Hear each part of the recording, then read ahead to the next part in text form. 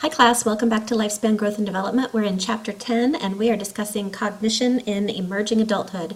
There's not a whole lot I want to cover in lecture. There's more in your textbook, but I want to just speak briefly about what happens to fluid and crystallized intelligence in adulthood from a developmental perspective. Hopefully you remember these concepts of fluid and crystallized intelligence from our discussion of intelligence earlier in the semester. You may recall that we had G, the idea of general intelligence, intelligence as a trait, and each person has a certain amount of that, more or less.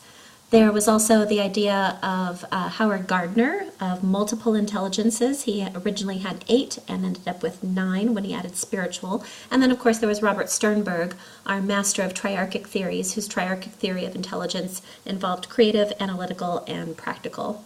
Well, you may recall that fluid and crystallized intelligence was something we also talked about. Your fluid intelligence is your underlying ability to think.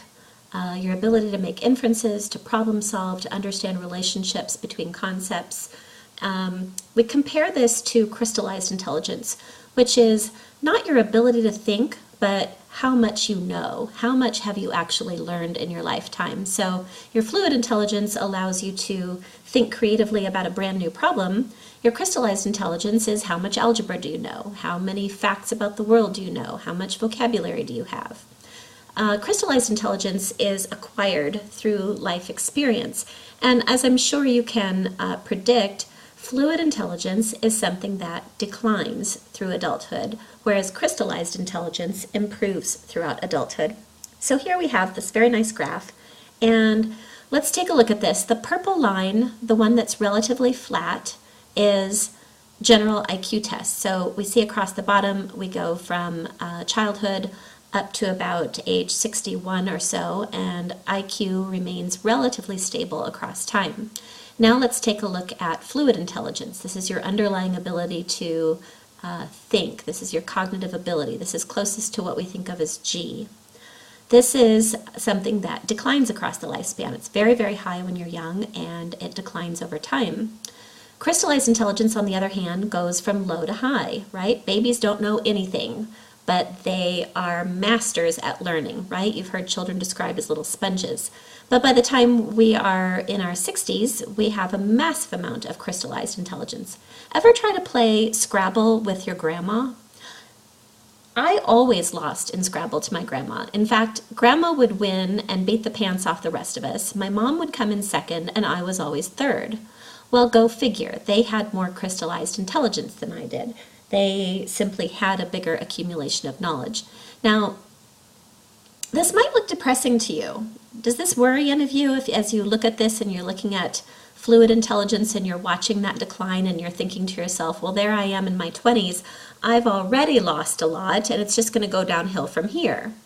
All right, yes, that's true, but I want you to understand and appreciate that most of what happens to us is adaptive, and this is certainly an adaptive situation. Yes, your fluid intelligence goes down, but that's appropriate. You want it to be super high early in the lifespan when it's important that you learn as much as possible. One of the things that makes humans unique from other animals is the incredibly long length of time that it takes for our brains to develop and for us to become fully mature. Remember what we talked about the prefrontal cortex? At what age does that become fully formed? 25, right? So that's a really long period of time in the context of all of the mammals and other creatures in the world.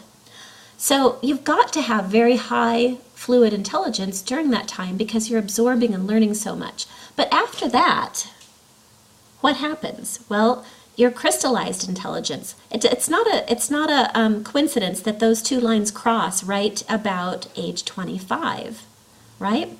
Because that's the time when your crystallized intelligence starts to really build. And so by the time you're in your mid-40s, you know a lot. And it doesn't matter that you can't learn as easily because that's not your job at that point in the lifespan. Your job at 45 is not to be learning new things. Your job is to synthesize everything you already know and convey that to the younger generation behind you. So when you're crystallized as high, the people you're trying to teach, they're crystallized as low, but their fluid is high. All right, do you see that? I hope that you see that and that you can take some encouragement from that. So that's it for cognition. I taught on narrative identity in class today. I'll see you next time.